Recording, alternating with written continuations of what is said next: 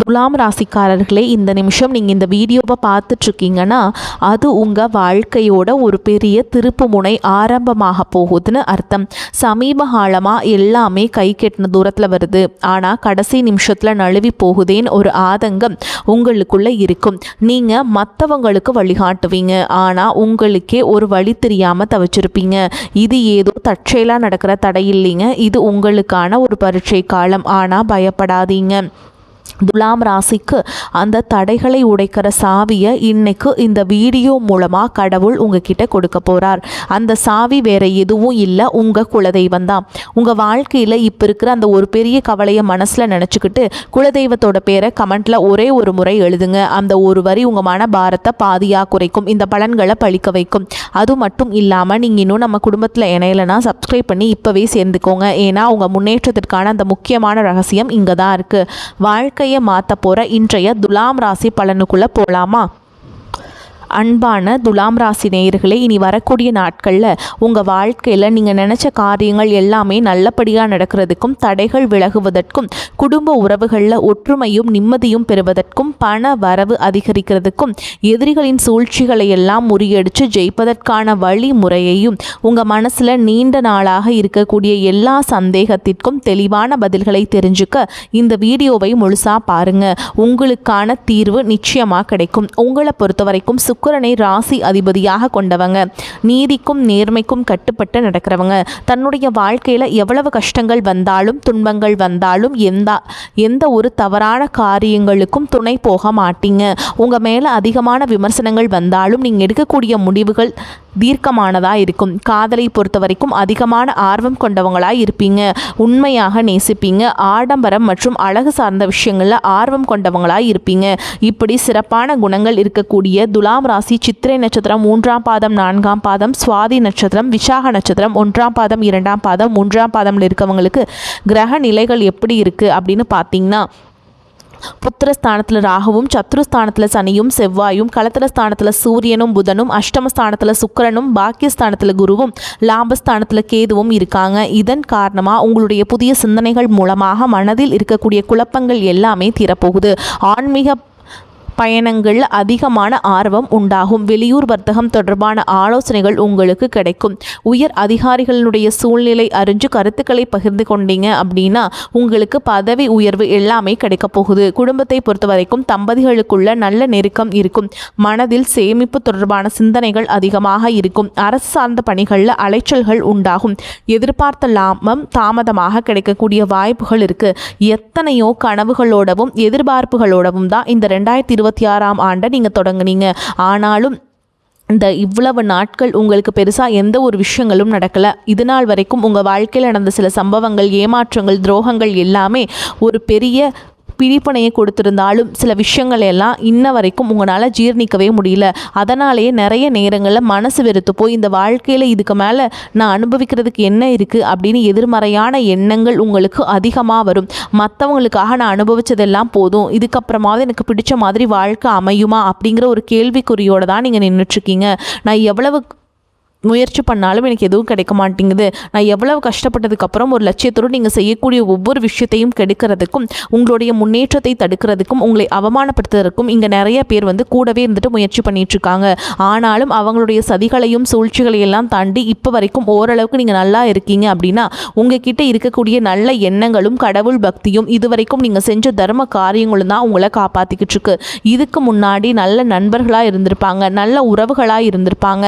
அவங்களே தன்னோட சுயநலத்துக்காக துரோகங்களை எல்லாம் செஞ்சு உங்களுடைய வாழ்க்கையை கெடுக்கணும் அப்படின்னு நினைக்கும் போது இந்த உலகத்தில் யார் நல்லவங்க யார் கெட்டவங்க, யாரை நம்புறது அப்படிங்கிறத தெரியாமல் தான் நீங்கள் புலம்பிட்டு இருக்கீங்க.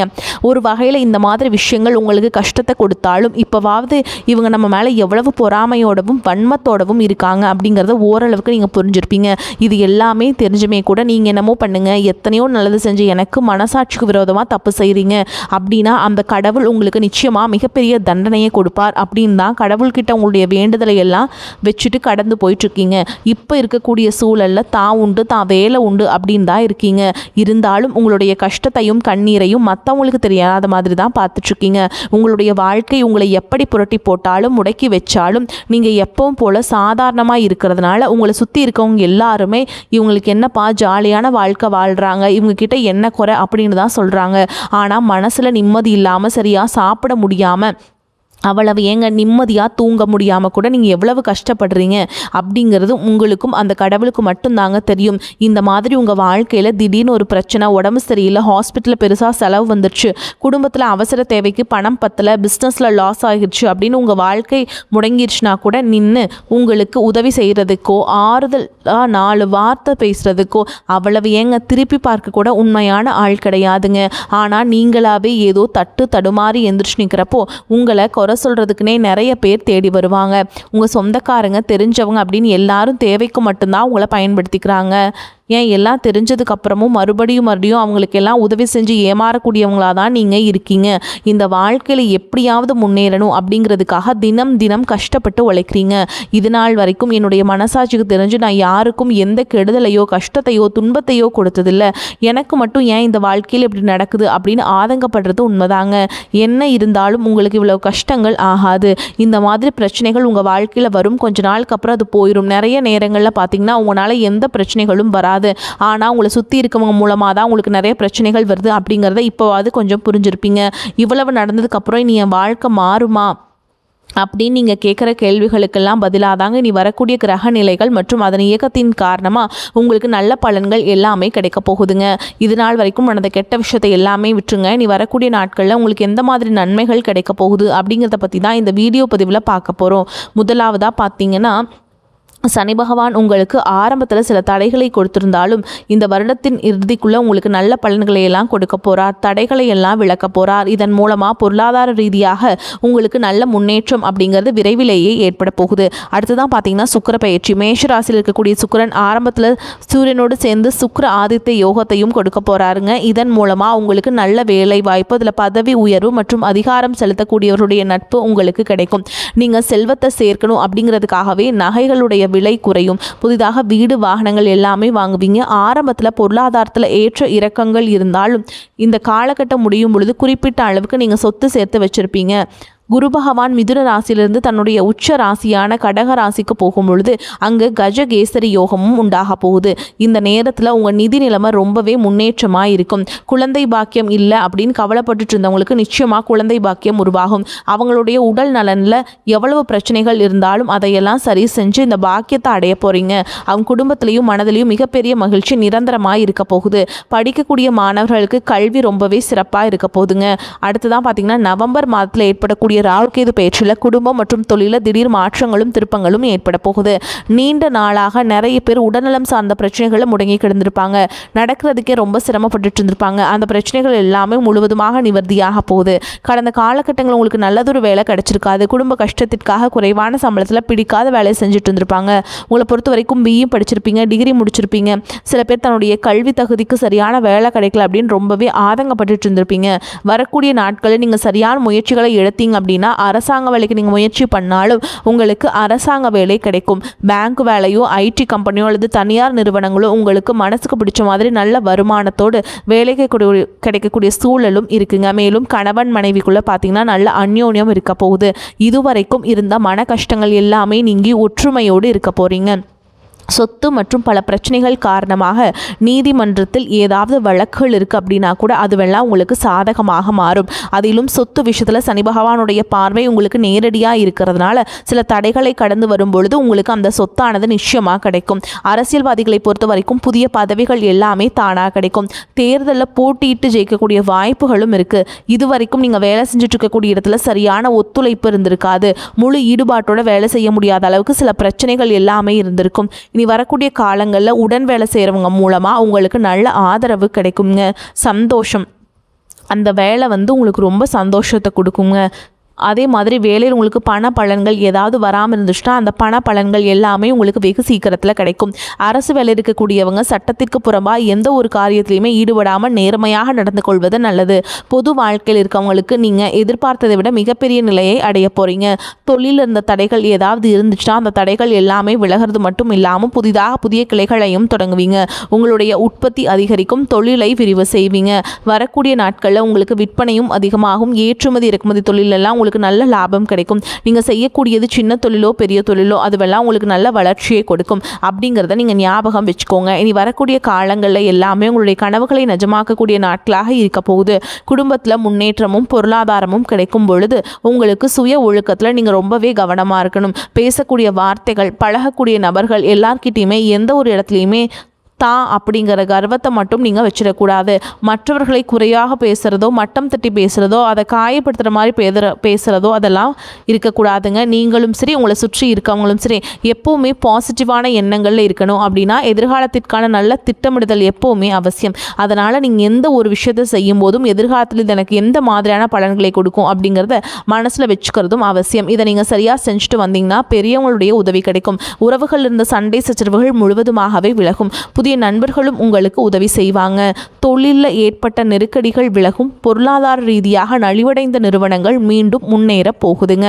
மேலும் மேலும் உங்களுக்கு வியாபாரத்தில் எதிர்பார்த்த லாபம் கிடைக்கும். உங்களுடைய புதிய சிந்தனைகள் மற்றும் நேர்மறையான எண்ணங்கள் உங்களுடைய வளர்ச்சிக்கு காரணமாய் இருக்க போகுது.